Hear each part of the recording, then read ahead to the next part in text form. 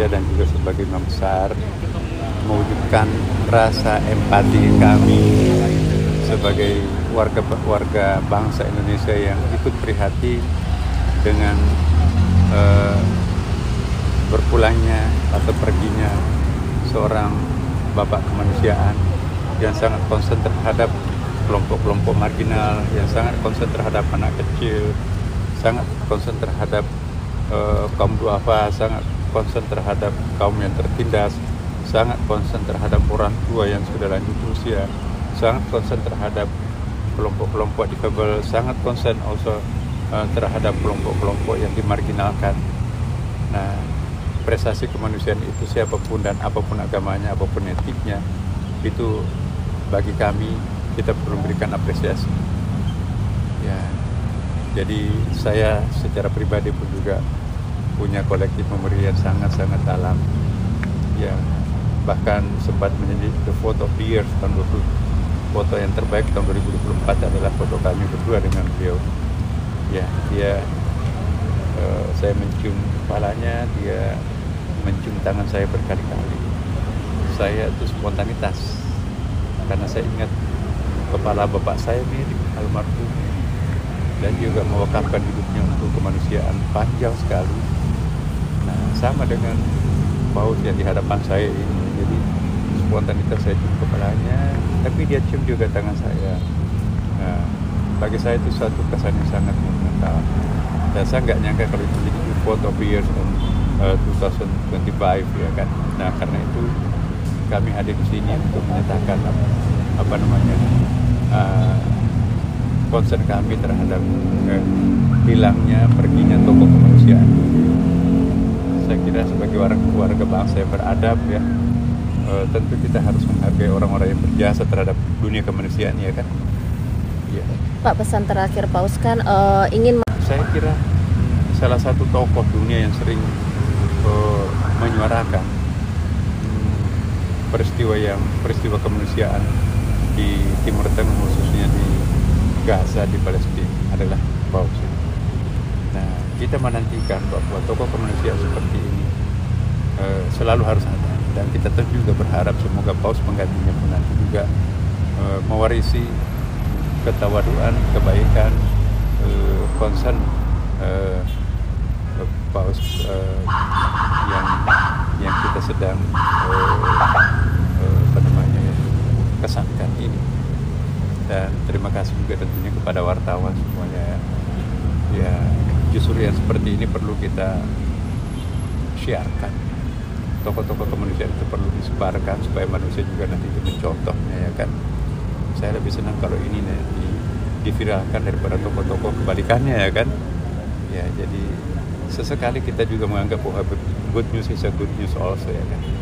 Dan insya Allah saya percaya teman-teman semuanya kita punya hati yang sama ya.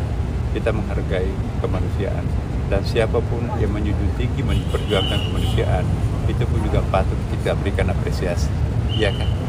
Kita tidak usah melihat agamanya apa. Saya kira kalau manusia normal apapun agamanya pasti akan konsen dan prihatin kepergian seorang tokoh kemanusiaan. Saya kira begitu kan. Ya, oke. Ya. Saya kira akan hadir ke tidak ya, karena saya menjadi pejabat publik ya kan, tentu tergantung ya presiden kita ya. Karena kita ini sekarang bukan lagi pribadi, tetapi kita diamanati sebagai menteri, tentu ada kaitannya dengan izin dengan Bapak Presiden dan juga banyak kerjaan lain kita. Apalagi nanti ini kan menjelang pelaksanaan ibadah haji, saya juga sebagai Amirul Haji ya kan, tentu juga harus mengatur waktu ya. Dan banyak hal yang kita akan kerjakan, tetapi yang namanya Tuhan ya tentu punya kemampuan untuk mengatur segalanya bisa. Oke kan? Berarti rencana itu ada Pak? Ya. Insya Allah. Kalau diberi izin, karena saya juga waktu meninggalnya Paus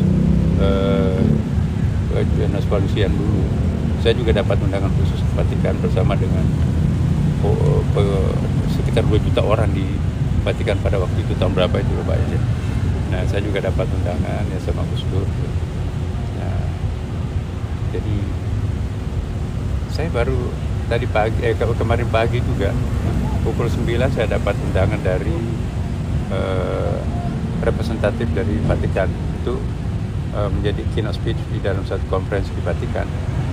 Nah, saya tanyakan keadaan Paus. Gimana keadaan Paus? Dia sudah getting better karena sudah keluar dari rumah sakit dan sudah muncul di ruang publik. Jadi alhamdulillah sudah mulai baik ya. Saya berharap kita bisa ketemu lagi. 3 jam setengah setelah itu dapat berita bahwa Paus itu meninggal. Tuh, saya sangat-sangat surprise ya, karena saya meluncurkan 2 gagasan di dalam deklarasi Istiqlal itu dan menjadi internasional viral juga, dan itu sudah menjadi diterjemahkan hampir seluruh bahasa dunia ya, karena kita mengangkat 2 isu yang sangat hot pada waktu itu. Kita mengangkat isu pernyataan yang ditandatangani itu bahwa kekerasan itu tidak ada tempatnya dalam dunia kemanusiaan atas nama apapun juga, apalagi agama. Itu tidak boleh beratasnamakannya kalau itu melegalkan kekerasan. Jadi kekerasan apapun alasannya tidak boleh ditolerir. Dan pernyataan yang kedua kami bahwa sudah waktunya kita menggunakan bahasa agama untuk memelihara lingkungan, memelihara save planet ya kan. Karena kalau bahasa formal, bahasa politik, bahasa hukum saja yang dipakai untuk melestarikan lingkungan, menyelamatkan lingkungan, ternyata nggak mempan. Nah, kami berdua bersepakat bagaimana kalau kita menggunakan bahasa agama, bahasa hati nurani manusia, mengajak kepada semua umat beragama apapun agamanya untuk memelihara alam semesta. Karena bagi kami berdua, makin cepat alam ini rusak, makin dunia ini cepat akan kiamat ya kan. Nah, tapi kalau kita makin menyehatkan bumi ini, melestarikan alam dengan baik, itu artinya kita menunda dunia ini kiamat. Jadi kami percaya bahwa bahasa batin, bahasa agama ini sangat efektif untuk mengajak masyarakat itu untuk memelihara lingkungan. Jangan kita menodai sungai dengan cara menjadikannya WC umum atau tong sampah umum ya kan.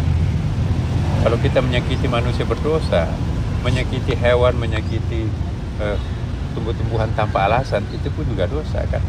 Mengotori sungai juga berdosa. Jadi dosa itu bukan hanya mengganggu manusia, tapi mengganggu ciptaan alam yang lain, itu juga harus dianggap sebagai sebuah dosa. Nah, inilah yang kami maksudkan, perlunya kita menggunakan bahasa agama dalam rangka menyehatkan alam semesta lingkungan hidup. Saya kira begitu.